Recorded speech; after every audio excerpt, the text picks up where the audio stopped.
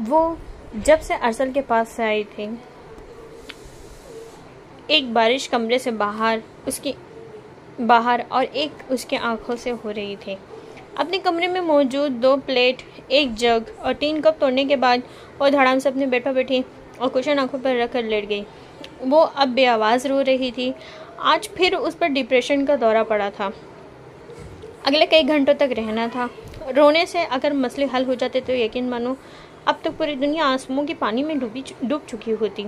उसकी रूममेट रुबाब ने, जो खामोशी से उसकी तकरीबात और कार्रवाई को गौर से देख रही थी, वह हाथ में पकड़ा हुआ कुरान अलमारी पर रखकर बड़े सादा से अंदाज में बोली। शानज़े ने आंखों पर रखा कुशन हटाया और कुशन अब कारपेट पर पड़ा बिल्कुल उसी की तरह किस्मत पर रो रहा था। तुमने इफ्तिखार आरिफ की नज़म 12वां खिलाड़ी पढ़ी है कभी? शानज़े का लहजा खासा अजीब था। हाँ, लेकिन तुम क्यों पूछ रही हो? रुबाब ने उसका धुआं सा चेहरा देखा। सारे बदकिस्मत लोग 12वीं खिलाड़ी की तरह होते हैं, जिनको तकदीर अपनी सलाहियतें आजमाने का मौका बहुत कम देती है। वो लोग अपनी बारी के इंतज़ार में बैठे रहते हैं, यहाँ तक कि ज़िंदगी का मैच ही ख़त्म हो जाता है। वो खाली हाथ और खाली दामन लिए गुमनामी की मौत मर जाते हैं। वो हद दर्जा खतूनियत का शिकार थी। ऐसे नहीं कहते शानज़े, तुम्हें कुदरत अपनी सलाहियतों का आजमाने का मौका ज़रूर देगी। रुबाब ने उसे हौसला दिया। मुझे मालूम है मेरी किस्मत में कोई ऐसा लम्हा नहीं आएगा जिसमें लोगों की नज़र मुझ पर ठहर जाएगी। मायूसी उसके लफ्ज़ से टपक रही थी। उसके पास हमेशा गिले शिकवों की एक गठरी बंधी रहती, जिसे मौका देखते ही वो खोलकर बैठ जाती। तुम लोगों के नज़रों के बजाय उसकी नज़र में आने की कोशिश क्यों नहीं करती हो शानज़े, जिसकी नज़र करम से तकदीर बदल जाती है? रुबाब ने हमेशा की तरह उसे समझाने की कोशिश की। बस रहने दो। उसने फ़ौरन ही बात को मुस्तरद किया। मुझे ज़िंदगी में उसने दिया ही क्या है? वो बच्चों के साथ अंदाज से बसूरी। बहुत बुरी बात है शानज़े, अल्लाह को ऐसी नाशुक्री की बातें पसंद नहीं। रुबाब खौफज़दा सी हुई। और मुझे वो सब पसंद नहीं जो मेरे साथ हो रहा है। वो मायूसी की इस इंतहा पर थी जहाँ इंसान पहले अपनी ज़ात और फिर दुनिया की हर चीज़ से मुनकिर हो। नमाज पढ़ा करो, सुकून मिलेगा। रुबाब ने कुछ देर सोचने के बाद कहा। जिनको अल्लाह ने सुकून न देना हो उन्हें किसी भी चीज़ में नहीं देता। वो उसकी हर बात बेदर्दी से रद्द कर रही थी। शानज़े ऐसे नहीं कहते। रुबाब ने हवास बख्त अंदाज में उसकी तरफ देखा। मैंने हिंदुइज़्म, यहूदियत, ईसाइयत सब में सुकून तलाश करने की कोशिश की, लेकिन वो मुझे कहीं नहीं मिला। शानज़े ने तकिया गोद में रखकर तल्ख लहजे में कहा। तुम कुरान पढ़ो, इंशाअल्लाह तुम्हारा मसला हल हो जाएगा। रुबाब खामोशी से उसके पास आ बैठी और मोहब्बत से उसका हाथ थाम लिया और खामोश रही। उसने रुबाब की इस बात पर कोई तबसरा नहीं किया। तुम अपनी फूफो के घर वापस क्यों नहीं चली जाती हो शानज़े? वो घर जहाँ मुझे देखकर सुबह शाम इस्तग़फ़ार की गिरदान की जाती हो। शानज़े ने इस्तेज़ाइया अंदाज पर वो उलझी। मैं वो गुनाह की पोटली हूँ जिसे मेरी माँ ने जायज़ निकाह के होते हुए नाजायज़ समझकर फेंक कर चली गई। शानज़े एक दफ़ा फिर खुद तरसे का शिकार हुई थी। तुम अपने बाप से राब्ता क्यों नहीं करती हो? रुबाब ने कुछ सोच कर कहा। मेरे वालिद, इनको तो एक मजहबी जुनून ने कत्ल कर दिया। शानज़े की बात ने उसे हैरान किया। वो क्यों? जाहिर है मेरे बाप ने उसके मजहबी नज़रियात को मजरू करने की कोशिश की होगी। वो लापरवाही से बोली। तुम मुसलमान हो ना? रुबाब ने बेतादबी से पूछा। मेरा सारा ख़ानदान तो मुस्लिम है, इसलिए मैं भी बाई बर्थ मुसलमानी हुई। वो उठी और इलेक्ट्रिक केटल में पानी गर्म करने लगी। फिर तुमने हिंदुइज़्म, यहूदियत और ईसाइयत को पढ़ने की कोशिश क्यों की? रुबाब अब उलझन आमेज़ नज़रों से उसकी तरफ देख रही थी। सुकून की तलाश में उसने टी बैग निकालकर कप में रखा और गर्म पानी डालने लगी। मैंने उसे इस्लाम में तलाश करने की कोशिश क्यों नहीं की? तुमने उसे इस्लाम में तलाश करने की कोशिश क्यों नहीं की? रुबाब ने हद दर्जा संजीदा होती हुई बोली। किसी ने कहा ही नहीं। वो सादगी से मुस्कुराई तो रुबाब ने सुकून का सांस लिया। वो अभी इस हद तक भी गुमराह नहीं हुई थी जितना वो सोच चुकी थी। शानज़े और रुबाब की दोस्ती बहुत अजीब अंदाज में हुई थी। रुबाब को हॉस्टल आया 1 महीना ही हुआ था जब वार्डन ने उसे बुलाकर खुसूसी तौर पर दरख्वास्त की कि वो मास कम्युनिकेशन के शानजे को अपने साथ रख ले क्योंकि उसके झगड़ालू मिजाज की वजह से कोई भी उसे रखने को तैयार नहीं था। शानजे की एक रूममेट तंग आकर खुद उसका कमरा छोड़कर चली गई और बाकी दूसरी ने शानजे को खासा टफ टाइम दिया, जिसके नतीजे में हॉस्टल वालों को कई तारीखी जंगें देखने को मिली। आखिरी मार्का को तो बहुत ज़ोरदार साबित हुआ था। शानजे ने अपनी रूममेट रुमाना का सर फाड़ दिया था। हॉस्टल में बाकायदा इंक्वायरी कमेटी थी। वो तो शानजे की किस्मत अच्छी थी कि साबित हो गया कि दोनों का कसूर 50-50 है, इसलिए वार्निंग देकर मामला रफा दफा किया। इस किस्से में शानजे को अपना रूम छोड़कर रुबाब का रूममेट बनना पड़ा, जो एक सादा और बेज़रर सी लड़की थी और इस्लामियात में एमफिल कर रही थी। तुमने रुमाना कमल का सर क्यों फाड़ा? काफ़ी दिन के बाद रुबाब ने यूं ही उसका मूड अच्छा देखकर पूछा। उसने मुझे गाली दी थी, उसने सादगी से जवाब दिया। लेकिन क्यों? क्योंकि मैंने उसका सेलफोन तोड़ दिया था। उसकी वजाहत ने रुबाब को हक्का बक्का किया। तुमने ऐसा क्यों किया? रुबाब हैरान हुई। क्योंकि वह सारी रात अपने बॉयफ्रेंड से बात करके मेरी नींद डिस्टर्ब करती थी। उसके मासूम अंदाज पर रुबाब के चेहरे पर बेसाख्ता मुस्कुराहट दौड़ गई, जिसका शानजे ने खासा गलत मतलब अखज़ किया था। कहीं तुम्हारा भी तो कोई ऐसा फ्रेंड नहीं? शानजे के अगले सवाल पर रुबाब को करंट सा लगा। अस्तग़फिरुल्लाह, मैं तुम्हें ऐसी लड़की लगती हूँ? रुबाब ने बुरा सा मुँह बनाया। ऐसी लड़की से तुम्हारी क्या मुराद है? शानजे ने बहस में जीतना आसान थोड़ी था। मैं लड़कों से दोस्ती को गुनाह समझती हूँ। रुबाब ने इस दफ़ा खुलकर कहा। सॉरी, मेरा नज़रिया इससे मुख्तलिफ है। मैं दोस्ती को बुरा नहीं समझती। हाँ, इस चीज़ को सख्त बुरा समझती हूँ कि कोई आपकी वजह से डिस्टर्ब हो और ज़हनी अजियत का शिकार हो। शानजे ने खुलकर अपना मौका बताया, जो रुबाब को खासा अजीब तो लगा, लेकिन वो चुप रही। वैसे भी शानजे के साथ उसका वक्त दूसरों की निस्बत खासा अच्छा गुजर रहा था। रुबाब को उसकी रूममेट बनते ही एहसास हो गया था कि शानजे खासी बेज़रर और किसी हद तक दूसरों के मामले में ठीक ठाक किस्म की बेहिस लड़की वाक़या हुई थी। वो रुबाब की ज़ातियात में बिल्कुल भी दखल अंदाजी नहीं करती थी। उसी तरह से वो बिल्कुल भी पसंद नहीं करती थी कि कोई उसके पर्सनल मामलात को कुरेदे। उसने एक दिन खुद ही किसी धुन में बता दिया था कि उसके वालिदैन में अलहदगी हो गई थी। मदर का कुछ पता नहीं, वालिद को किसी ने कत्ल कर दिया था। उसकी परवरिश उसकी दादी फूफू ने मिलकर की थी। उसके फूफा ठीक ठाक किस्म के बिजनेसमैन थे। कुछ उसकी दादी मरते हुए अपने हिस्से का एक घर शानजे के नाम कर गई थी, जिसका अच्छा खासा किराया शानजे की ज़रूरियात ज़िंदगी के लिए काफ़ी था। उस लिहाज से उसे माशी मसाइल का बिल्कुल भी सामना करना नहीं पड़ा था।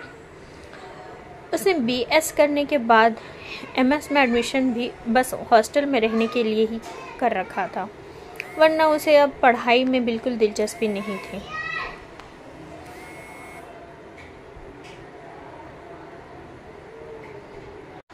वो सिर्फ शोबिज़ में अपना नाम बनाना चाहती थी। क्या? मोना ने अब्रू चढ़ाकर अदीना के सामने सख्त ताज्जुब का इजहार किया।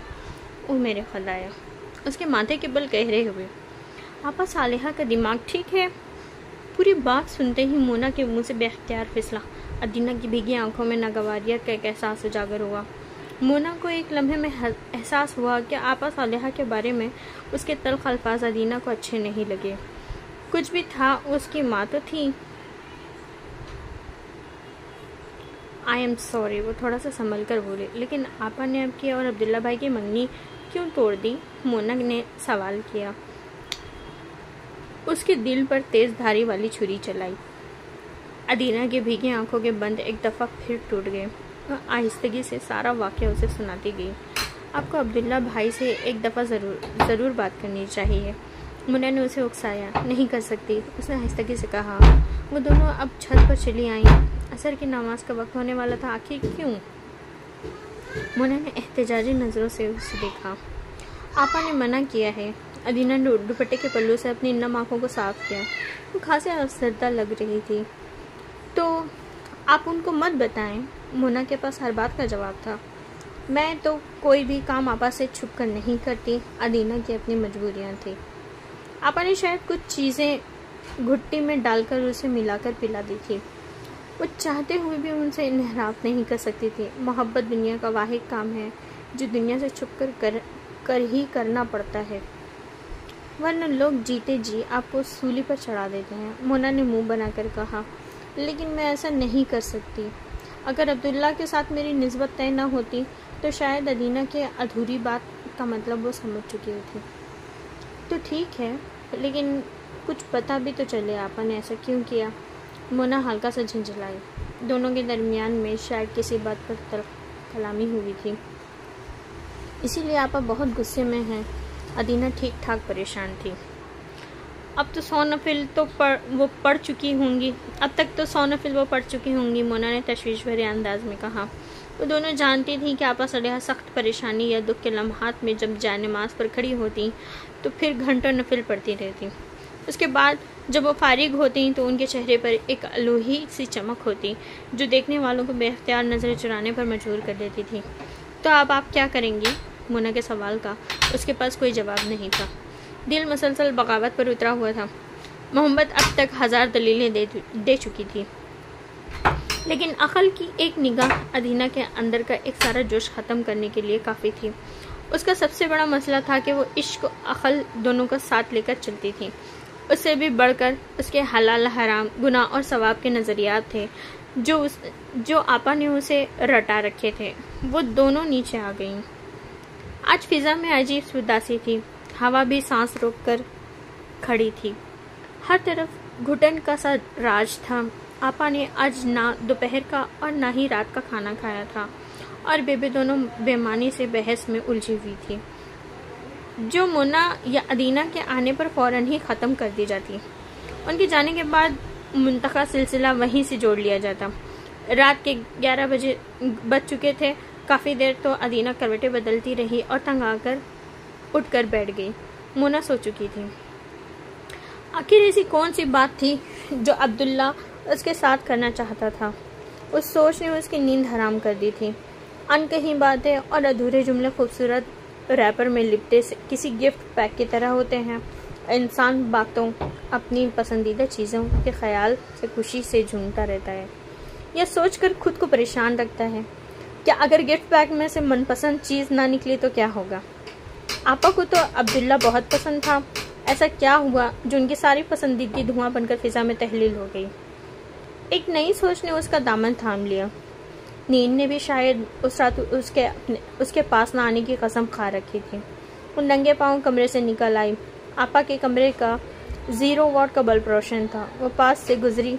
अंदर से आने वाली रेडियो की आवाज़ ने उसके कदम रोक लिए। उसे धचका सा लगा। आपा और मौसीकी दोनों मुतज़ाद चीज़ें थीं, लेकिन इस वक्त रेडियो की हल्की हल्की सी आवाज़ खिड़कियों के बाहर से आ रही थी। अदीना को पहली दफ़ा मालूम हुआ था कि आपा को मौसीकी से भी शगफ था। बल्ला की जाना में कौन ना मैं मोमिन, ये कोई गाना है।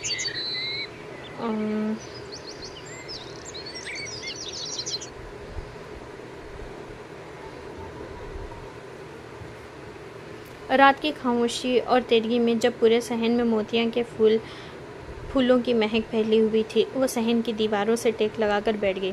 आसमान पर मौजूद चांद उसे आज से पहले कभी इतना तन्हा नहीं लगा था। दिमाग में बेमानी सोचों का हुजूम था। जैसे जैसे रात गुजर रही थी वैसे वैसे उसका दिल पिघल रहा था। रात का न जाने कौन सा पहर था। वो नंगे पांव सहन से छत पर जाने वाली सीढ़ियों की तरफ चल पड़ी। उसके घर की और मदरसे की छत एक थी और दूसरी जानिब भी सीढ़ियाँ थीं।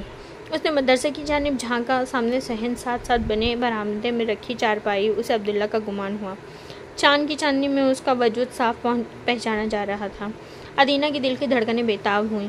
ये वो शख्स था जिसकी मोहब्बत ने किसी मकड़ी की तरह आहिस्ता आहिस्ता उसके वजूद के गर्द जाला बुना था और ऑक्टोपस की तरह उसके वजूद को अपनी ज़ात के हिसार में जकड़ लिया था, और वो भी कुल्हू के बैल की तरह उसकी चाहत की कुएं के इर्द गिर्द चक्कर लगाकर खुश होती रहती थी।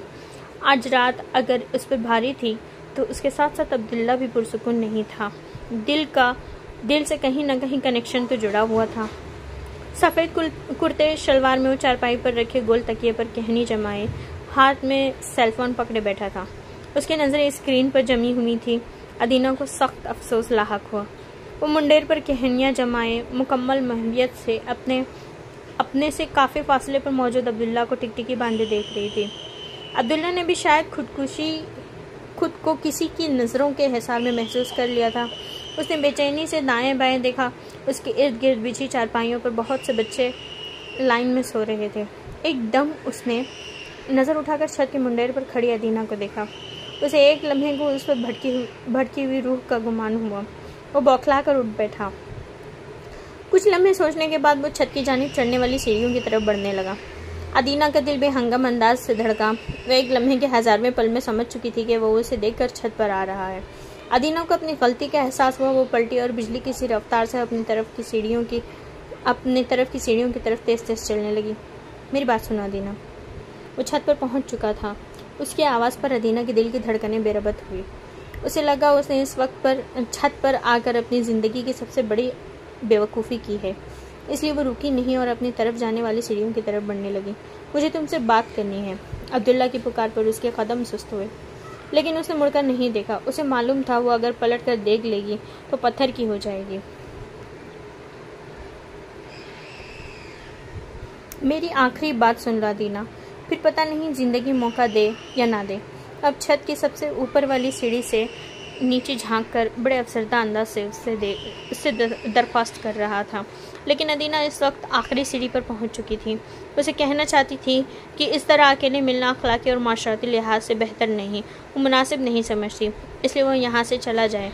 लेकिन अब्दुल्ला के सामने तो उसकी क़ुव्वत गोयाई वैसे ही सिल्ब हो जाती थी। वो नीचे पहुंच चुकी थी। जैसे ही उसने सहन में कदम रखा उसकी रूह फना हो गई। सामने ही आपा सालेहा गज़बनाक निगाहों से उसकी तरफ देख रही थी। उसकी निगाहों में शक, अफसोस और गुस्से की सभी रंग इतनी शिद्दत से उभरे थे कि अदीना को लगा जैसे ज़मीन ने मजबूती से उसके पैरों को पकड़ लिया हो। आपा आगे बढ़ी। उन्होंने झांक कर सीढ़ियों की तरफ देखा। सबसे ऊंची सीढ़ी पर खड़ा अब्दुल्ला उनकी निगाहों के पस्तियों में एक लम्हे में आन गिरा था। उन्हें अपना आज का फैसला बिल्कुल ठीक महसूस हुआ। मैंने तुम्हारी ऐसी तरबियत तो नहीं की थी। मुश्ताल अंदाज से आगे बढ़कर और पूरी कुव्वत से एक थप्पड़ उसके चेहरे पर रसीद कर दिया। अदीना को ऐसे लगा जैसे पूरे घर की छत उसके सर पर आ गिरी हो। अब्दुल्ला वापस पलट कर गया था। आपा, उसने सख्त सदमे से उनकी तरफ दिखा। उनको बताना चाहती थी कि ऐसा कुछ नहीं, उन्हें गलत फहमी हुई है, लेकिन उससे पहले ही आपा सख्त अल्फाज में शुरू हो चुकी थी। किसी नामहरम से तन्हाई में मिलने का मतलब समझती हो, हज़ारों साल जहन्नम में जलोगी। वो बोली नहीं बल्कि फुनकारी थी। मैंने तुम्हारा नाम अदीना यानी जन्नत में रहने वाली रखा था, लेकिन तुम तो बदकिस्मत लड़की हो जिसे जहन्नम पकड़ पकड़ कर अपनी तरफ खींच रही है। तुमसे ज़्यादा बदनसीब लड़की मैंने आज तक नहीं देखी थी। वो अपने अंदर मौजूद सारा जहर उगल कर अपने कमरे की तरफ चली गई। अदीना पर तो क़यामत से पहले क़यामत टूट गई थी। अपनी ज़ात और किरदार के बारे में गवाही देना जितना मुश्किल काम है, उससे ज़्यादा अजियत ना किसी अपने की आंखों में अपने लिए शक और बदगुमानी की रंग देखना है।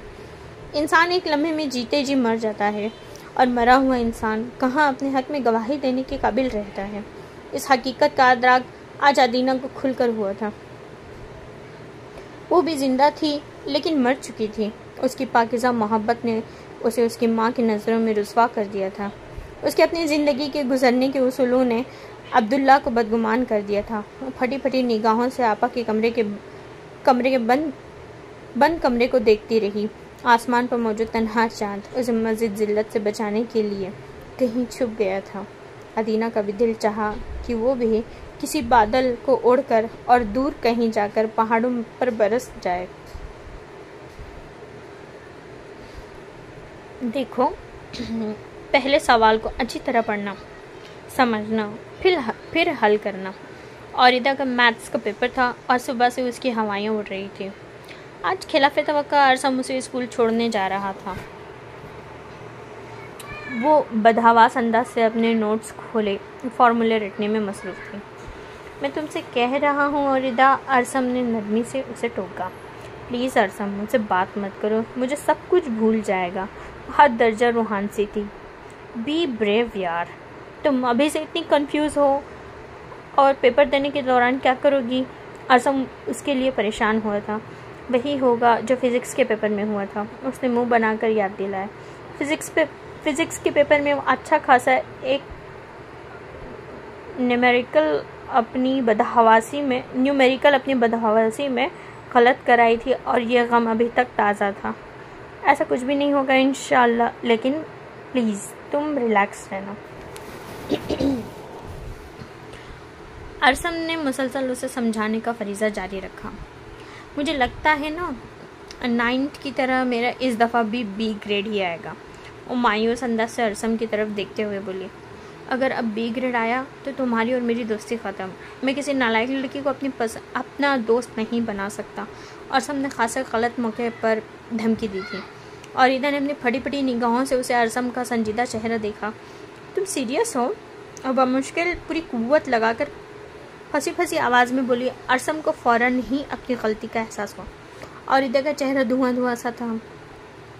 मजाक कर रहा हूँ यार। उसकी वजाहत से पहले ही दोनों हाथ मुंह पर रखे वो बुरी तरह रोने लगी। माय गॉड, और ईदा पागल हो गई हो क्या यार? वो घबरा गया।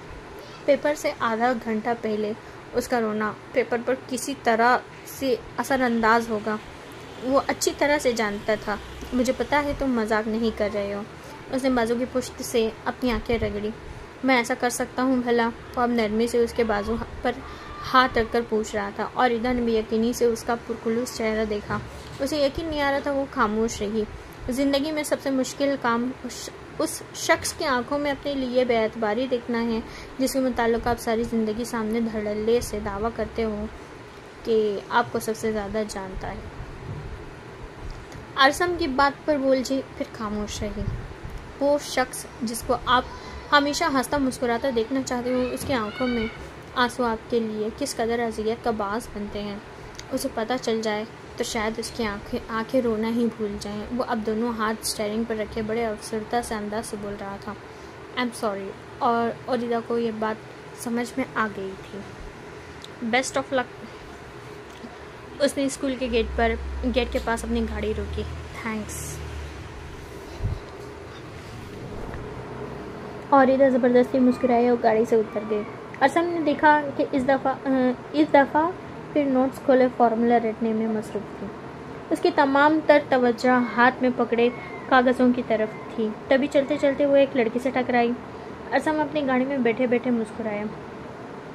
उसे इल्म था कि वो अपने पेपर्स को एग्जामिनेशन हॉल में भी लेकर जाएगी और फिर निगरान अमले के डांटने के बाद ही रखेगी।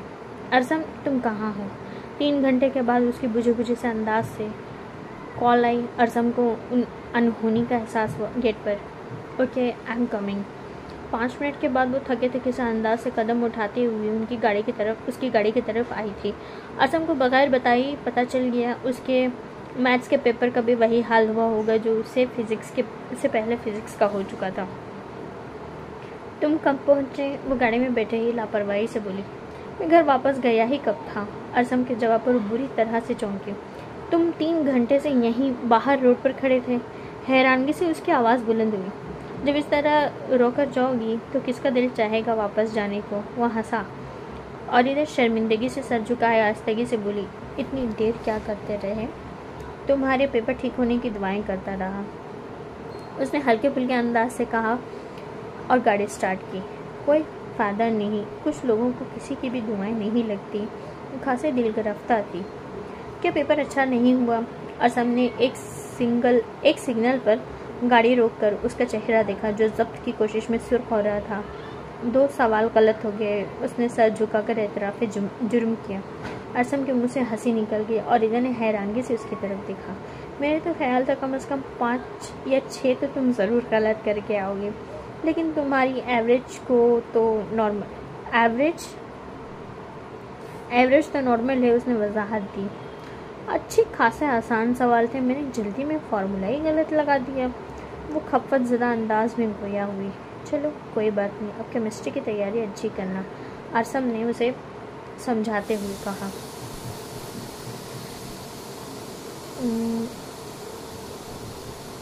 कुछ खाओगी? अरसम ने एक रेस्टोरेंट के सामने गाड़ी आहिस्ता से रोकी। नहीं नहीं, बड़ी अम्मा परेशान हो रही होंगी। उन्हें सुबह एक वजीफ़ा बताकर आई थी कामयाबी के लिए। उसके मासूम अंदाज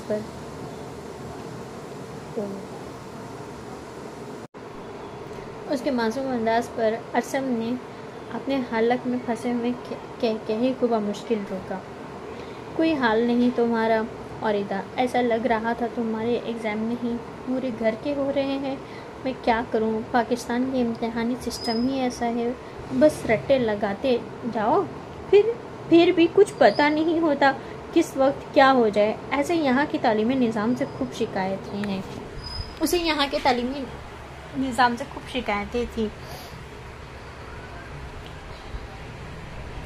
वो अब गाड़ी में इंग्लिश म्यूज़िक लगाकर खामोशी से सुन रही थी। आधे घंटे के बाद अरसम की गाड़ी नीली कोठी में दाखिल हुई थी और साथ ही औरिदा की आंखें पट करके खुल गई। सामने ही आंटी बेनिश अपनी गाड़ी के इंतज़ार में टहल रही थी। औरिदा की खौफजदा निगाहों से अरसम की तरफ देखा, जो बड़े पुरसुकून अंदाज से उनकी होंडा सुख पोर्श में खड़ी कर रहा था।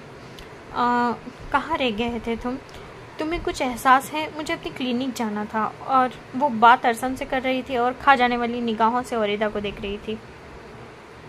तो क्या हुआ, आप आका जी की गाड़ी ले जाती? अरसम ने आके इशारे से औरिदा को अंदर जाने को कहा तो वो फौरन अपनी चीज़ें समेट कर बाहर निकल आई। उसको बस नहीं चल रहा था कि सुलेमानी टोपी ओढ़ ले ताकि आंटी बेनिश को नज़र ही ना आए। तुम्हें अच्छी तरह पता है कि मैं अपनी गाड़ी के अलावा किसी और की चीज़ इस्तेमाल नहीं करती, वो चिढ़ कर बोली थी। औरिदा का पेपर था, बड़ी अम्मा ने कहा था मुझे उसे लाने को। उसने संजीदा से अंदाज में वजाहत दी। लेकिन तुम पिछले 3 घंटे से गायब हो घर से। उनका होमवर्क भी मुकम्मल था, बिजी था। ये ले अपनी कीज़। उसने सुलझे अंदाज से गाड़ी की चाबी उनकी तरफ बढ़ाई, जो उन्होंने नाराज से अंदाज से बाकायदगी से छीनी थी। जितनी मर्जी कोशिशें कर लो, रिजल्ट पर भी पिछले साल जैसा ही आएगा।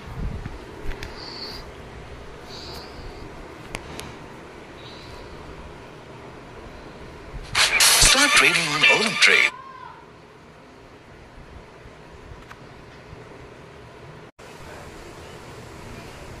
वो औरिदा के पास से गुजरते हुए तंजिया अंदाज से बोले और गुस्से से गाड़ी का दरवाज़ा जोर से बंद किया। औरिदा पर घड़ों पानी पड़ गया। उसका चेहरा शर्मिंदगी के गहरे एहसास से सुर्ख हुआ और वो तेज़ी से भागते हुए अपने पोर्शन की तरफ बढ़ गई। फिर सारी दोपहर वो अपने कमरे से नहीं निकली। बड़ी अम्मा को भी खुद उसके पेपर को पूछने के लिए चलकर कमरे में आना पड़ा। आंटी बेनिश का तंजिया लहजा और इस्तेज़ाइया निगाहें उसे बार बार तंग कर रही थी। तंग आकर उसने इंग्लैंड में अपने बाबा को कॉल मिलाई। तुम्हें अलहदा गाड़ी क्यों चाहिए औरिदा, जब पहले 3 गाड़ियाँ घर में मौजूद हैं? तैमूर अपनी बेटी की अचानक फरमाइश पर हैरान हुए थे। उनमें से एक बिया आंटी की है, एक बड़े अब्बा की और एक आका जी की। इसने बाकायदगी से उंगलियों पर गिनकर बताया। पापा, उनमें से मेरी कोई भी नहीं है। इस दफ़ा उसके लहजे में कुछ था जो हज़ारों किलोमीटर के फासले पर बैठे मौजूद तैमूर के दिल को कुछ गलत होने का एहसास हुआ। वो बुरी तरह से चौंके। औरिदा, तुम्हें किसी ने कुछ कहा है क्या? उन्होंने मोहतात अंदाज में अपनी लाडली बेटी से पूछा। जी पापा। औरिदा का दिल गिरफ्तार अंदाज नहीं, उन्हें बहुत कुछ समझा गया था। किसने? बिया आंटी ने। औरिदा के मुँह से निकले इन 3 अल्फाज ने तैमूर के आज के दिन का सारा सुकून दरहम बरहम कर दिया। उन्होंने मज़ीद एक लफ्ज़ भी नहीं पूछा। वो अब उससे इधर उधर की दूसरी बातें करते रहे, लेकिन दिमाग में औरिदा की बात ने एक हाशर सा बर्पा कर दिया था। रात से पहले तैमूर के बेहतरीन दोस्त शहरयार अली उसकी बेटी के लिए 0 मीटर विड्स गाड़ी नीली कोठी में पहुंचा गए थे। गाड़ी पहुंचते ही घर भर में हैरानगी की एक लहर दौड़ गई। घर में 3 गाड़ियां खड़ी थी। तुमने औरिदा के लिए और क्यों भेजवाई? बड़ी अम्मा सेल फोन कान के साथ लगाए डाइनिंग रूम में दाखिल हुई। दूसरी तरफ तैमूर थे, जो उस वक्त बड़ी अम्मा के सवाल व जवाब के सेशन की जिद में थे। बड़े अब्बा के साथ साथ अरसम ने भी चौंक कर औरिदा की तरफ देखा, जो बौखलाकर राइस की प्लेट पर झुक गई। बड़े अब्बा अगले ही लम्हे बड़े सुकून से खाना खाने लगे, लेकिन अरसम ठीक ठाक किस्म का बेचैन हुआ था। वो आज इत्तेफाक से उनकी तरफ खाने पर मौजूद था। क्या एहसास महरूमी हो रहा है तुम्हारी बेटी को? बड़ी अम्मा के अंदाज से बाकायदा नाराज़गी झलकी। अरसम ने बड़ी फिर निगाह उठाकर उसे देखा। वो अब डाइनिंग मेज़ की कुर्सी पर बैठ चुकी थी।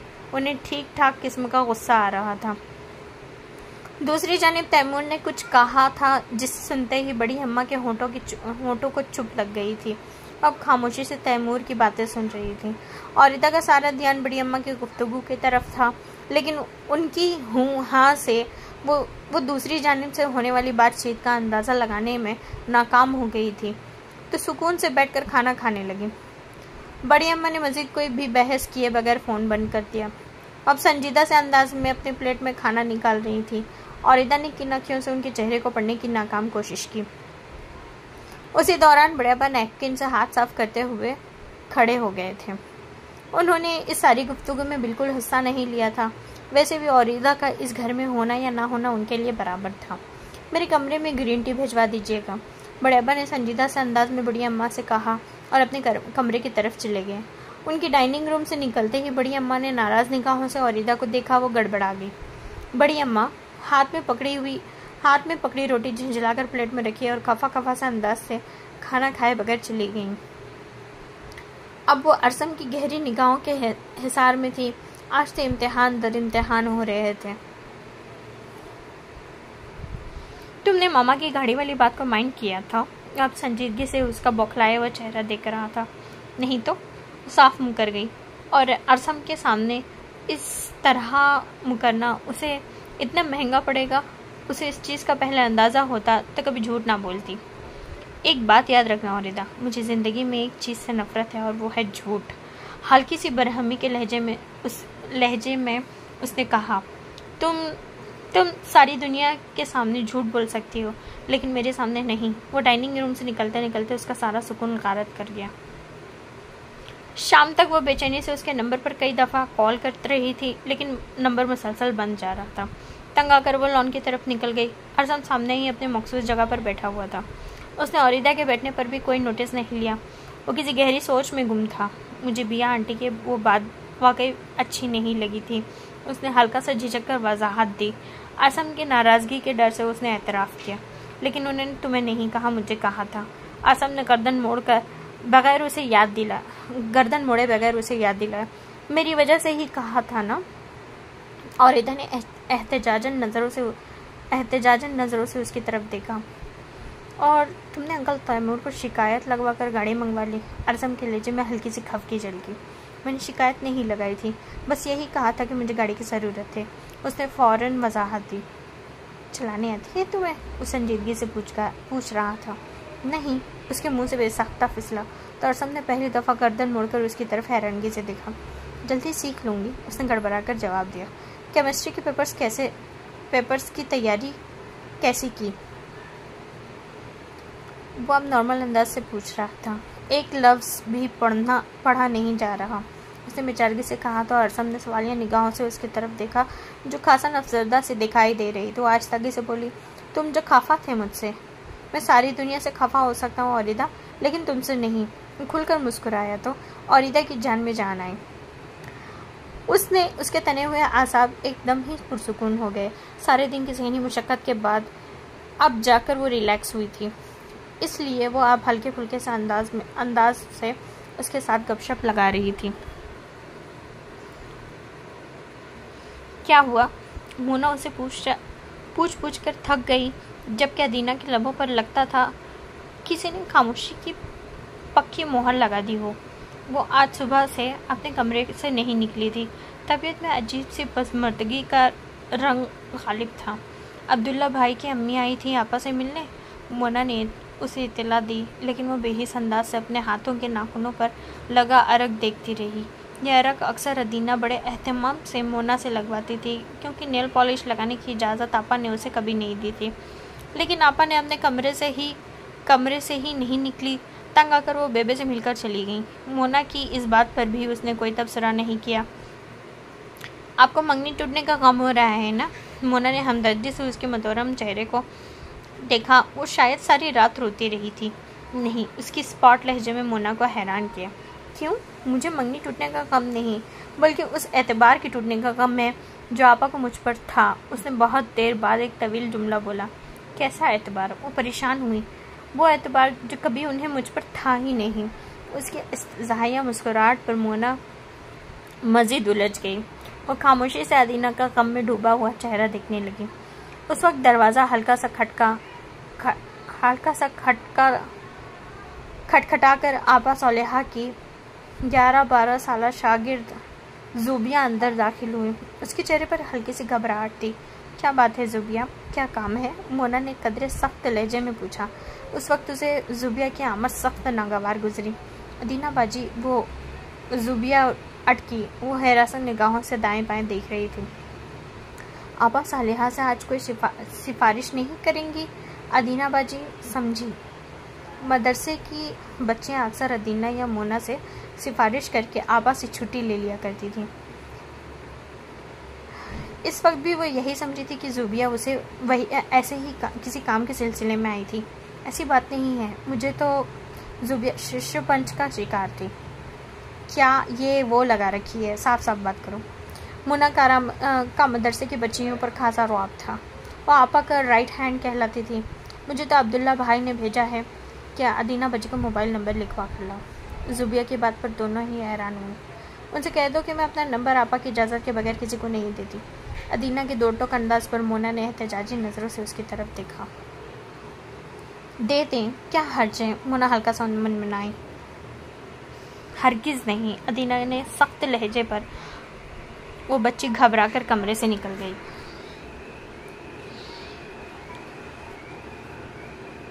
एक दफ़ा बात कर लेने से कोई हर्ज नहीं। मोना को इसकी ये हरकत पसंद नहीं आई। इंसान कोई भी गलत काम करने से पहले यही सोचता है कि वो पहली और आखिरी दफ़ा कर रहा है, लेकिन बात सारी ही पहले कदम की होती है।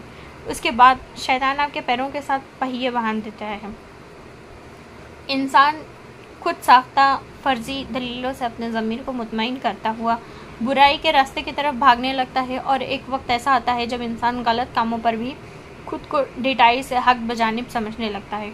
वो संजीदा से अंदाज से मज़ीद गोया हुई। मैं अपनी पहले कदम की झिझक को ख़त्म करना नहीं चाहती। अब्दुल्ला भाई बहुत अच्छे हैं अदीना, मोना ने झिंझला कर कहा। मैंने कब कहा वो बुरे हैं? बुरी चीज़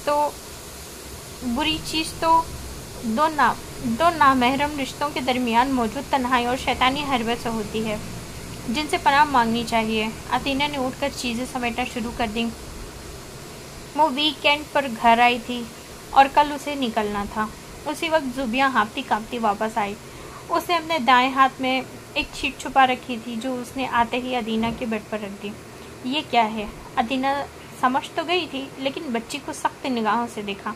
अब्दुल्ला भाई ने दिया है। वो बच्ची आंखें चुराकर शर्मिंदगी से गोया हुई। आइंदा मत लेकर आना। अच्छी बच्चियां ऐसे काम नहीं करती। लो चलो भाग जाओ। अदीना ने जल्दी से चिट उठाई। अदीना, तुम्हें रात कम से कम मेरी बात तो सुननी चाहिए थी। क्या तुम्हें मुझ पर एतबार नहीं था या खुद पर? खैर, मैं परसों तबलीगी दौरे पर मलेशिया जा रहा हूँ और जाने से पहले कुछ चीज़ें क्लियर करना चाहता हूँ। प्लीज़ मुझसे एक दफ़ा तो बात कर लो। अदीना ने उस चिट को बहुत सख्ती से पढ़ा, बहुत संजीदगी से पढ़ा। उसके अंदाज में अब भी बेचैनी सी झलक रही थी। वो दोबारा उसे सफ़ेद कागज़ पर तहरीर अब्दुल्ला की मोतियों जैसी खूबसूरत तहरीर को देखने लगी। उसके बाद कुछ सोचकर उसने वो चिट अपनी फिजियोलॉजी की किताब में रख दी। अब्दुल्ला भाई ने क्या लिखा है? मोना ने बेताब अंदाज में फीके से अंदाज से मुस्कुराई। कुछ नहीं, वही बात करने का मुतालबा जो मैंने पूरा नहीं कर सकती। वो अफसरदा से अंदाज से खड़ी हुई थी। मोना ने सवालिया निगाहों से उसकी तरफ देखा। मैं आपस से बात करने जा रही हूँ, तुम बेबे को एक कप चाय बना कर दे आओ। वो अपने कमरे से निकल आई। सर उठाकर आसमान की तरफ देखा जो सियाह बादलों से ढका हुआ था। हवा में मौजूद नमी से उसने अंदाज़ा लगाया कि दूर कहीं पहाड़ों पर बारिश हो रही है।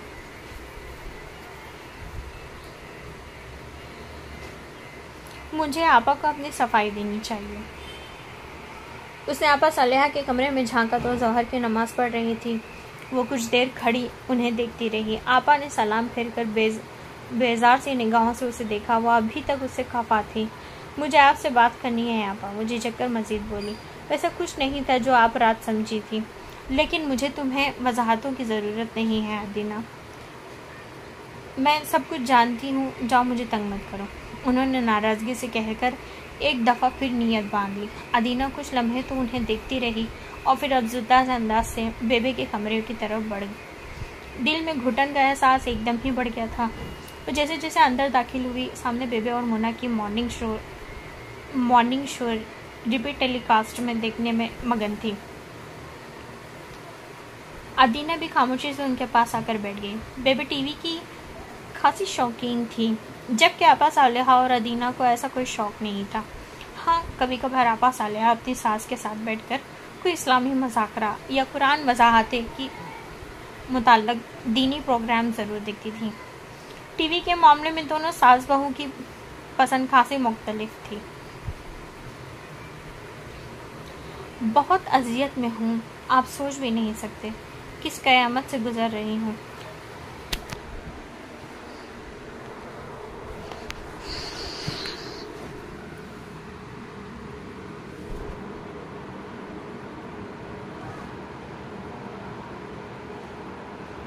मॉर्निंग शो के एक खुसूसी प्रोग्राम में फ़ोन करने वाली खातून की आवाज़ शिद्दत गम की ज़्यादती से हलक में फंस कर रह गई।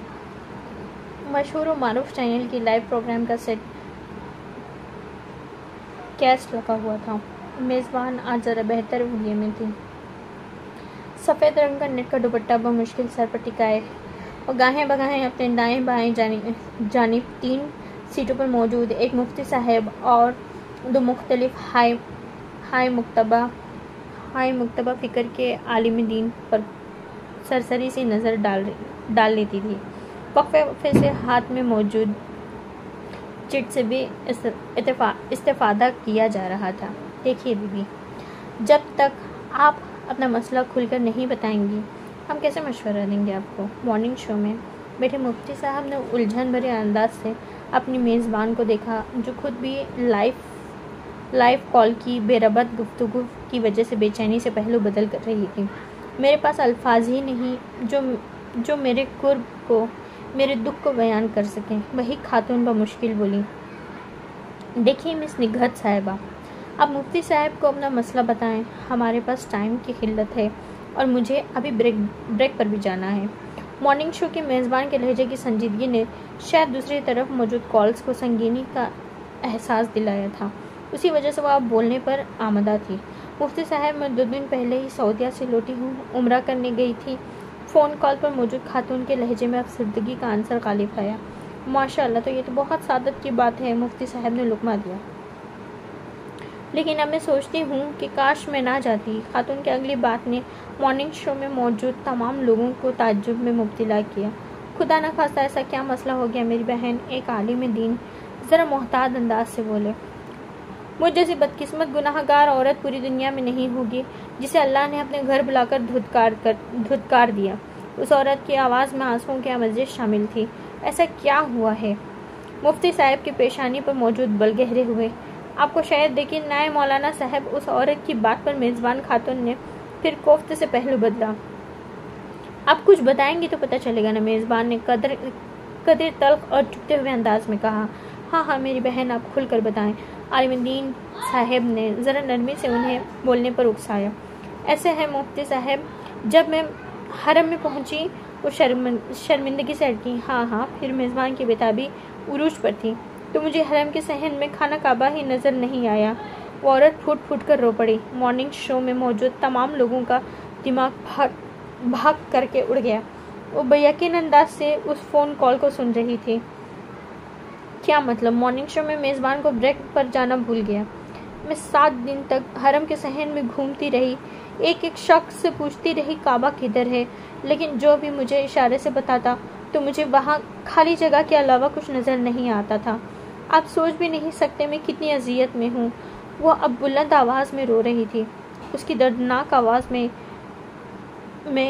जो कुछ था वहाँ मौजूद सुनने वालों को दहला रहा था। अस्तगफार अस्तगफार। मुफ्ती साहब के साथ बैठे एक आलिम दीन साहब बेसाख्ता गोया हुए।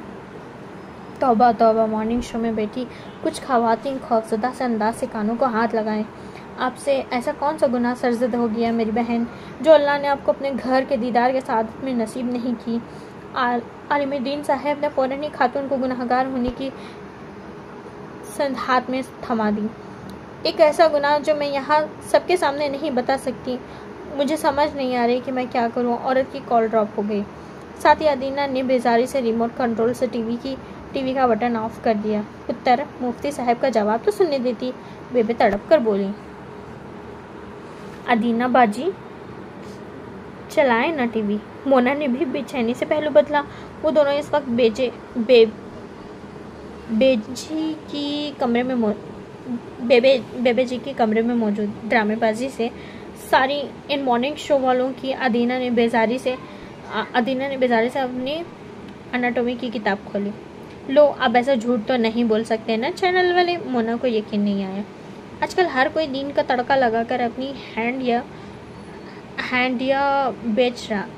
बेच रहा है। हम फितरी तौर पर एक डरपोक कौम है।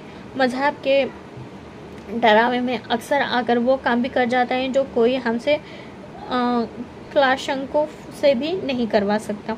अदीना का जज्बातीपन फौरन ही बाहर निकला था। अब ऐसे भी कोई बात नहीं। मोना अभी भी मुत्तफिक नहीं हुई थी। तमाम तारीख उठाकर देख लें। मजहब को जितना नुकसान इन जुनूनियों ने पहुंचाया है, किसी आलिम या बंदे ने नहीं पहुंचाया होगा।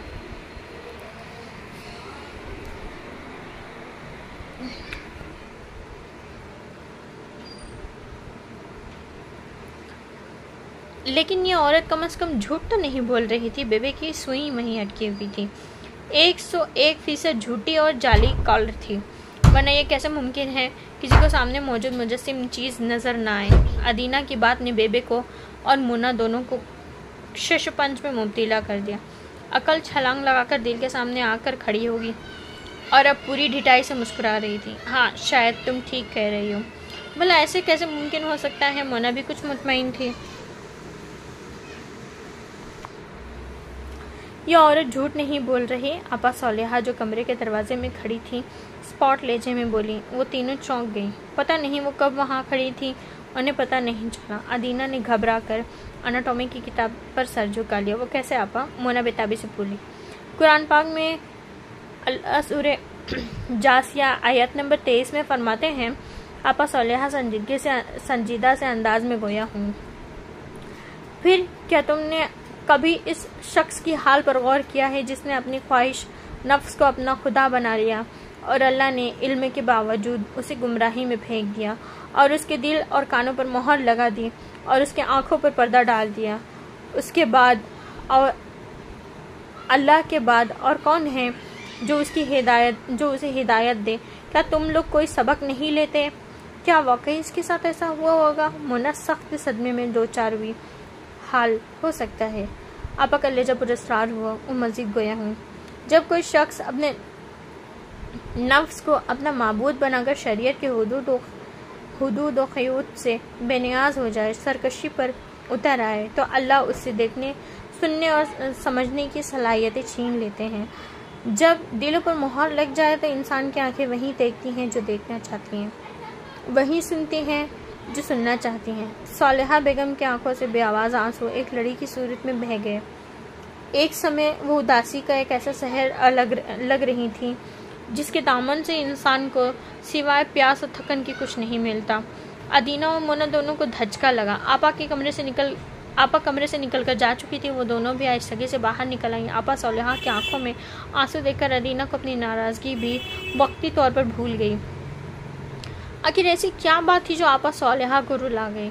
अदीना परेशान हो रही थी, जबकि मोना का ज़हन अभी तक इस मॉर्निंग शो खातून की बात पर उलझा हुआ था। आपका क्या ख्याल है? वो औरत ठीक कह रही थी। मोना फिक्रमंद अंदाज से बोली। वैसे तो अल्लाह बेहतर जानता है, लेकिन मेरे ख्याल में उस खातून के साथ कोई नफ्सियाती मसला हुआ होगा। अदीना ने मोना को मुतमईन करने की कोशिश की। क्या मतलब? मोना ने बेताबी से पूछा। चूँकि औरत गुनाह के गहरे एहसास से मलगूब थी, गहरे एहसास में मगलूब होकर वहाँ गई थी, इसलिए हो सकता है उसे ऐसा महसूस हुआ हो। अदीना ने संजीदगी से जवाब दिया। उसका दिमाग अभी तक आपा सलेहा के आंसू में उलझा हुआ था। पता नहीं क्यों मुझे लगता है आपा ठीक कह रही थी, मोना ने संजीदगी से कहा। हो सकता है, अदीना ने भी लापरवाही से कंधे उचकाए। दोनों चलते चलते जामुन के दरख्त के नीचे आन खड़ी हुई। आपसे एक बात पूछूं अदीना बाजी? मोना ने मौजू गुफ्तगू बदला। हाँ पूछो। अदीना मुस्कुराकर अपनी छोटी सी दोस्त को देखा जिसे उसकी बहनों की तरह मोहब्बत थी। अब वाकई अब्दुल्ला से बात नहीं करेंगे? मोना ने हल्का सा झिझक कर पूछा। नहीं, अदीना ने नफी में सर हिलाया। उसका मतलब है आपको उनसे मोहब्बत नहीं थी? उसे मुंह बनाया। मुझे अब भी उससे मोहब्बत है, लेकिन मैं ऐसी मोहब्बत को नहीं मानती जिसे हर लम्हा अपने होने के लिए सबूत की ज़रूरत हो। अदीना ने लापरवाही से कहा। बहुत जालिम हैं आप। मोना को उसका फैसला बिल्कुल पसंद नहीं आया।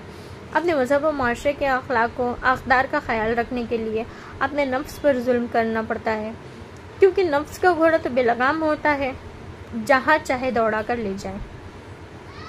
वो तो हुदूद और ख़ुद मावरा होता है। अदीना और मोना चलते चलते बेबे के तंदूर के पास चले आए, जो कि बिल्कुल ठंडा पड़ा था। काफ़ी दिनों से बेबे इनमें आग नहीं सुलगाई। तंदूर के पास काफ़ी सारा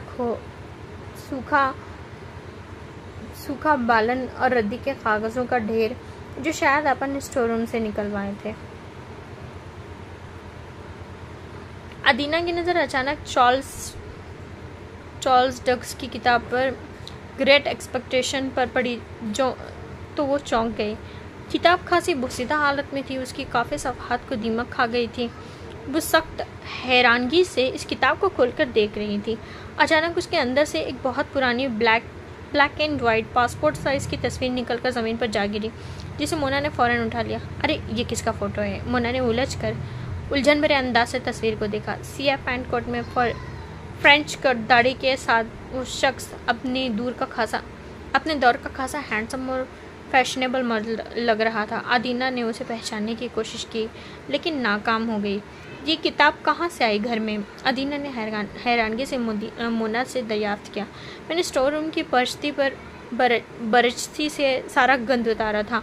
मोना ने लापरवाही से जवाब दिया। लेकिन ये बंदा है कौन? आपा से पूछूं? खबरदार, आपा का पता है ना? अदीना ने उसे डराकर तस्वीर पकड़ी, अपने कमरे में ले आई। काफ़ी देर तक वो बगैर तस्वीर का जायज़ा लेती रही और फिर तंग आकर अपनी डायरी में रख दी। उसे पहचानने से कासिर थी। हो सकता है अब्बा जी की किसी कज़िन की हो। उसने खुद को मुतमईन किया और आंखें बंद कर ली। ज़हीन के पर्दे पर अब्दुल्ला की दो खफा से आंखें उभरी। उसे एक दफ़ा फिर बेचैन कर गईं। एक दफ़ा फिर अब्दुल्ला को सोचने लगी, क्या सोचता होगा वो? मैंने उसके साथ रब्ता क्यों नहीं किया? कोई 1000वीं दफ़ा उसने ये जुमला सोचा। एक दफ़ा फिर उसका सारा सुकून गारत हो गया।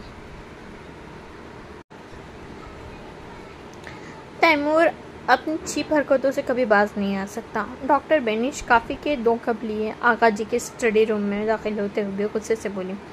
अक्सर शाम को दोनों बाप बेटी डिस्कशन करते हुए काफ़ी इकट्ठे पीते थे।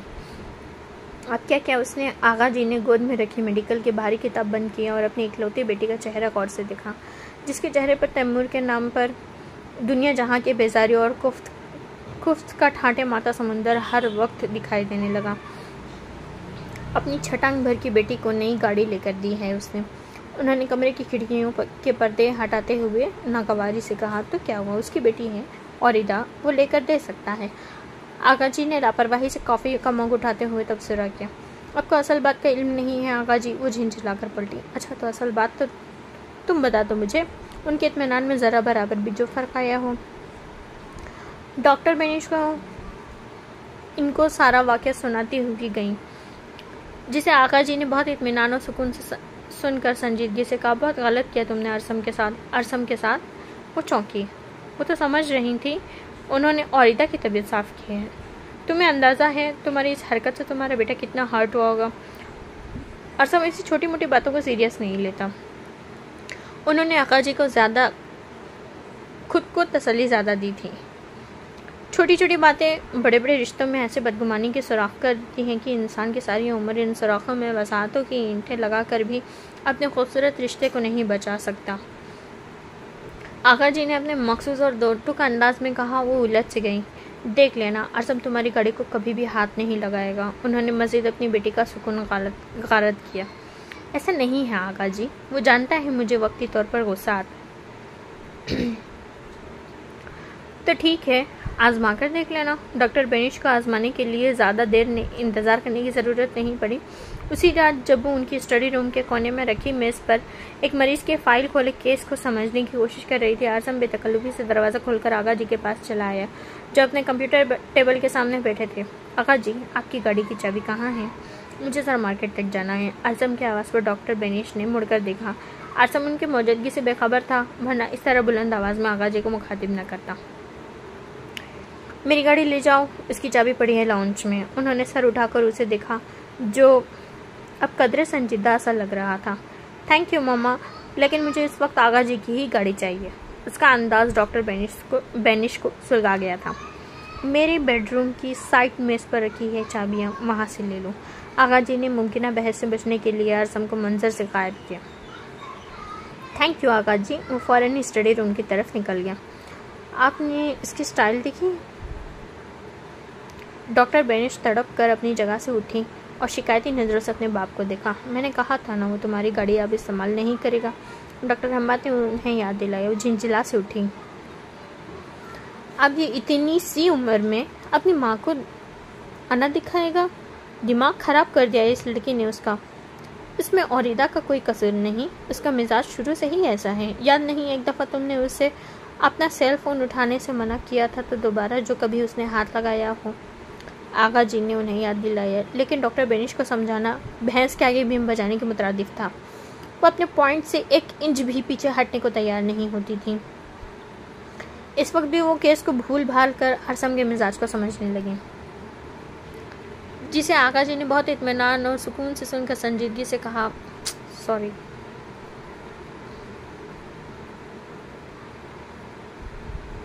औरिदा 1000 दफ़ा समझाया है कि क्लच से आहिस्ता आहिस्ता पाँव हटाया करो, तुम एकदम उठा लेती हो, इसीलिए गाड़ी बार बार बंद हो जाती है। औरिदा के एग्ज़ाम ख़त्म हो चुके थे और वो उस वक्त आज़म के साथ एक खाली प्लॉट के सामने चलाना सीख रही थी। क्या मुसीबत है, पापा को ऑटोमेटिक गाड़ी लेकर देनी चाहिए थी ना। वो क्लच, ब्रेक और गियर्स के चक्कर में उलझी हुई थी, बेजारी से नाक चढ़ाकर बोली थी।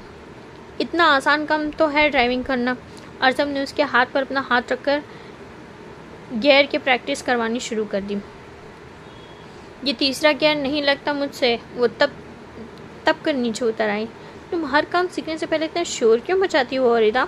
मैं चला गया तो कोई भी इतनी मेहनत से नहीं सिखाएगा तुम्हें। आज़म टिश्यू से चेहरा साफ करते हुए नरमी से बोला। तुम कहाँ जाओगे? बौखला सी गई। मामा सोच रही हैं मुझे मेडिकल के लिए किंग एडवर्ड लाहौर में भेजेंगे। आज़म ने उसकी समातों में एक बम ही तो फोड़ा था। औरिदा के हवास बिल्कुल ही साथ छोड़ गए थे। वो कई लम्हे तो बेयकीनी से उसे देखती रही और एकदम ही उसकी आंखों में आंसू आ गए। भाई तुम्हें सिखा कर जाऊंगा ड्राइविंग, टेंशन क्यों ले रही हो? आज़म गलत समझा था। मैं इसलिए थोड़ी रो रही हूँ। उसने बाजू की पुश्त से आंखों को रगड़ा तो वो हैरान हुआ। तुम यहाँ इस्लामाबाद पिंडी से भी तो कर सकते हो मेडिकल। उसके बाद पर वो एकदम हंस पड़ा। माय गॉड, तुम कितनी बेवकूफ़ हो औरिदा। मैं तो समझा। उसने मुस्कुरा कर बात अधूरी छोड़ी। तुम हमेशा मुझे गलत समझते हो। उसके गलत इल्ज़ाम पर वो हल्का सा गड़बड़ाया। लेकिन उसमें रोने की क्या बात है? वो संभल कर गोया हुआ। तुम्हें मालूम है पूरे पाकिस्तान में तुम्हारे अलावा कोई मेरा दोस्त नहीं। उसका जताता हुआ अंदाज आज़म को मुस्कुराने पर मजबूर कर गया। इसलिए तो कहता हूँ कि तुम क्लास में अच्छी अच्छी लड़कियों से फ्रेंडशिप कर लो। उसने गाड़ी में बैठते हुए उसे इशारा करते हुए मुफ्त का मशवरा दिया। लड़कियां कभी भी अच्छी दोस्त नहीं होती। औरिदा के अपने नज़रियात थे और पाकिस्तान में लड़कों से दोस्ती को अच्छा नहीं समझा जाता। आज़म ने संजीदगी से उसे समझाने की कोशिश की। मुझे मालूम है, बुरा सा मुंह बनाते हुए गाड़ी का दरवाज़ा खोलकर बैठ गई। तुम्हारा रिजल्ट आ रहा है कल। आज़म की इत्तला पर उसका ऊपर का सांस ऊपर नीचे का नीचे रह गया। फिर FSC में एडमिशन लोगे ना? आज़म ने उसे छेड़ा। नफ़रत है मुझे मेडिकल से, वो छिड़कर बोली। ओहो, ऐसे नहीं कहते, बल्कि अच्छी बात है ना। तुम भी मेरिट बनाकर इसी कॉलेज में आ जाना जहाँ मैं तुम्हारा सीनियर होगा। अरसम के मशवरे पर वो बेसाख्ता खुश हुई, लेकिन अगले ही लम्हे उसका सारा जोश झाग की तरह बैठ गया। मेरे तो मरकर भी मेरिट नहीं बनेगा। वो अपने बारे में काफ़ी खुद आगाह थी। अरसम ने इस बात पर कोई तबसरा नहीं किया। वो दोनों लंबी वॉक करके घर पहुंचे तो अरसम अपने पोर्शन की तरफ बढ़ गया, जबकि वो अपने लाउंज में दाखिल हुई। बड़ी अम्मा के साथ बड़े अब्बा को वहाँ बैठे देखकर उसका ऊपर का सांस ऊपर और नीचे के नीचे रह गया। उसे देखते ही बड़ी अम्मा को अचानक याद आया, तुम्हारी रात तबीयत खराब थी क्या? बड़ी अम्मा ने जांचती हुई निगाहों से उसे पोती को देखा, जो कहीं से भी बीमार नहीं लग रही थी। नहीं, उसे फौरन नवी में सर हिलाया। फिर 7 समुंदर पार बैठे तुम्हारे बाप को क्या कोई ख्वाब आया था? बड़ी अम्मा ने नाराज़ निगाहों से उसका जायज़ा लिया और ईदा को एकदम ही याद आ गया। उसने लंबा सा वो अदा किया तो बड़ी अम्मा को एक लम्हे में एहसास हो गया कि ये आग वाकई उनकी उसी पोती की लगाई हुई वो तप से गई। वो तो रात हल्का सा जुकाम था, मुझे जब पापा से बात कर रही थी। उसने शर्मिंदगी से वजाहत की। 1000 दफ़ा समझाया, ऐसी बातें मत बताया करो उसे। तुम्हें तो हल्का सा जुकाम था। उसे परेशानी से वहाँ बैठकर बुखार होने लगा है। बड़ी अम्मा ने बेजारी से सर झटका तो औरिदा ठीक ठाक शर्मिंदा हो गई। अब तुम बुद्ध बनकर खड़े होने की ज़रूरत नहीं है। किचन में रखा मीठी सेवइयों का बाउल अरसम को देकर आओ। जल्दी से किचन की तरफ बढ़ गई।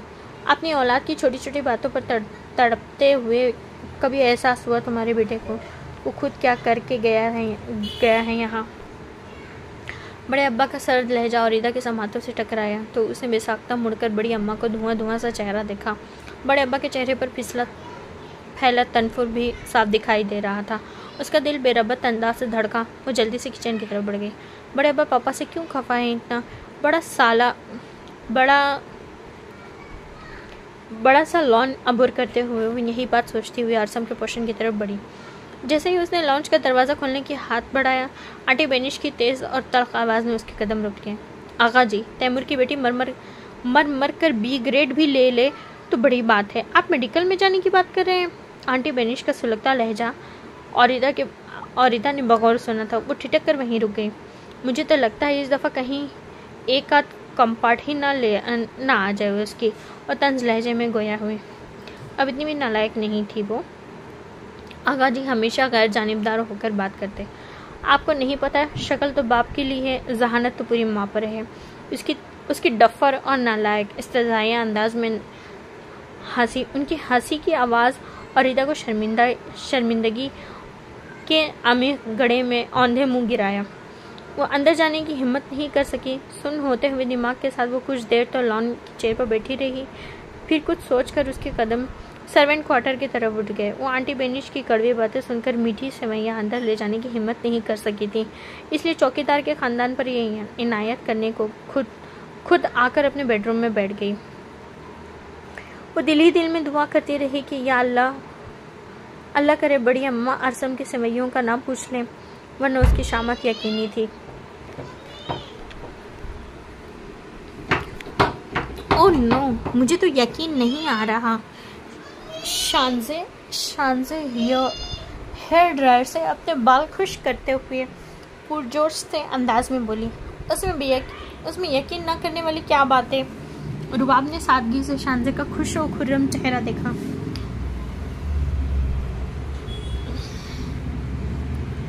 उसे एहसास हुआ खुशी के रंग आम से चेहरे को भी कितना खूबसूरत बना देते हैं, और शानजे का हसीन चेहरा जो इस वक्त लाइटें मार रहा था। जब अरसल साहब ने मुझे कॉल की और बिस्किट के ऐड का बताया तो सच पूछो मैं कई लम्हे तक भूल ही नहीं सकी। वो एक दफ़ा फिर शुरू हो चुकी थी। आज उसे किसी ने रेफरेंस से एक एडवर्टाइजिंग कंपनी की तरफ से कॉल आई थी और पिछले 2 घंटे से उसकी तैयारियां जारी थी। अच्छा, ज़्यादा खुश नहीं होते, कभी कभार इंसान को अपनी ही नज़र लग जाती है। रुबाब ने उसे टोका। तुम देखना रुबाब, इस ऐड के बाद मेरे पास काम का ढेर लग जाएगा। वो अपनी ही धुन में मुस्तकबिल के खुशनुमा ख्वाब दिन में देख रही थी। इंशाअल्लाह, रुबाब ने कुल्लू से दिल से कहा।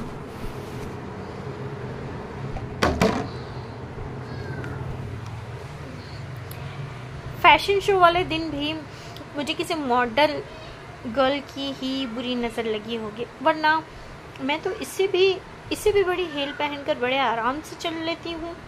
शांता ने बड़ी महारत से ब्लश ऑन लगाते हुए रुबाब की बात को आगे बढ़ाया।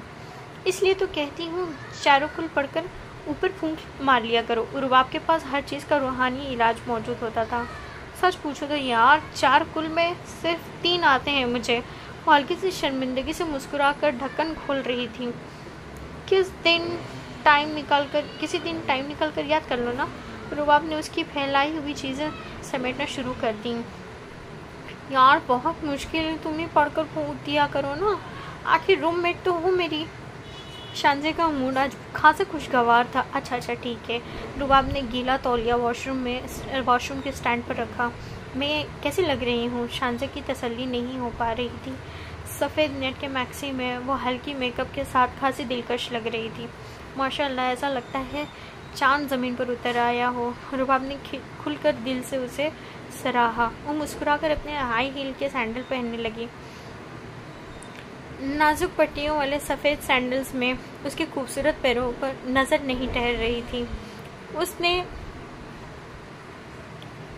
ब्लड रेड कलर की नेल पॉलिश अपने लंबे लंबे नाखूनों पर लगाए रखी थी।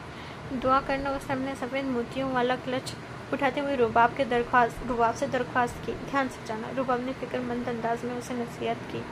तुम क्यों इतना परेशान हो रही हो? जाते जाते पलटी और खुशगवार अंदाज से मुस्कुराई। मेरा ख्याल है गेट कीपर से कहकर टैक्सी गेट पर मंगवा लो। रुबाब उसके लिए ऐसे ही केयरिंग थी, उसकी छोटी छोटी बातों पर फिक्रमंद होने वाली। अरे रहने दो यार, खामखा से 700-800 मांग लेगा, मैं मेन रोड से ले लूँगी ना, उसने लापरवाही से कहते हुए एक दफ़ा फिर दीवार पर फिक्स किए बड़े सारे शीशे में अपना अक्स देखा। खुलकर किसी फातिहा की तरह मुस्कुरा रही थी। शांजे जैसे ही अपने रूम से निकली, कॉरिडोर से गुजरती लड़कियों ने ठिठक कर उसे देखा। लड़कियों की तौसीफी निगाहें उसके लिए नई नहीं थी। इस वक्त वो खुद खासा एनर्जेटिक महसूस कर रही थी, किसी के दिल पर बिजलियां गिराने जा रही हो। सोशियोलॉजी की अक्सा ने उसे शरारत से छेड़ा। वैसे भी उसके ताल्लुकात शांजे के साथ बेहतर थे, वरना किसी और को ऐसा बेतकल्लुफाना तबसरा करने की इजाज़त कम अज़ कम शांजे ने किसी को नहीं दी थी। अभी तो एक एडवर्टाइजिंग एजेंसी वालों ने बुलाया है मुझे, उसने बड़ी अदा से अपने बालों को झटका दिया। यार जिस ऐड में इतनी आफत मॉडल होगी वो चीज़ तो लोग हाथों हाथ लेंगे। अक्सा के तौसीफी जुमले ने शांजे का सिर खून बढ़ा दिया। गेट तक उसने बहुत कमेंट्स अपना हक समझकर वसूल किए। अब हॉस्टल से निकलकर ज़मीन की रोड की तरफ जा रही थी। रोड पर खासा रश था, वो बड़े संभल कर चल रही थी। अचानक 2 मंजिले लड़के बाइक प्रोन बिलिंग करते हुए एक गली से नमूदार हुए। शांजे डरकर हल्का से पीछे हटी। वो दोनों अब गोल गोल दायरों की सूरत में शांजे के गिर्द चक्कर लगा रहे थे। शांजे ने इस वक्त किसी खौफजदा हिन्नी की तरह उन दोनों को शरारती लड़कों को देख रही थी जो इसके डरने पर खुश हो रहे थे। शांजे का दिल बुरी तरह से धड़क रहा था। अचानक साइड गली से एक गाड़ी बड़ी तेजी से बरामद हुई। एक मोटरसाइकिल वाला उसकी जिद में आ गया और मोटरसाइकिल की सिमत उछलकर सड़क पर दूसरी जानिब गिरा और उसकी मोटरसाइकिल बेकाबू होकर सड़क पर मौजूद शांजे से टकराई। उसे लगा जैसे किसी ने गरम सुलाख उसके जिस्म में घुसा दी हो। वो पुश्त के बल जमीन पर गिरी। उसका माथा फट चुका था और माथे से निकलने वाला खून सड़क पर फैलता जा रहा था। शांजे को एक दफा फिर बाजी अपने हाथ से निकलते हुए महसूस हुई। कहा था ना मेहनत कर लो, अब रोने का क्या फ़ायदा। असम ने जैसे ही टीवी लाउंज में कदम रखा, हस्ब तवक्का सामने वही मंजर था जिसकी उम्मीद लेकर वो अपने पोर्शन से निकला था। और इधर का मैट्रिक का रिजल्ट आ चुका था। वो सोफे पर दोनों पाँव ऊपर रखे धुआंधार अंदाज में रोने में मसरूफ थे।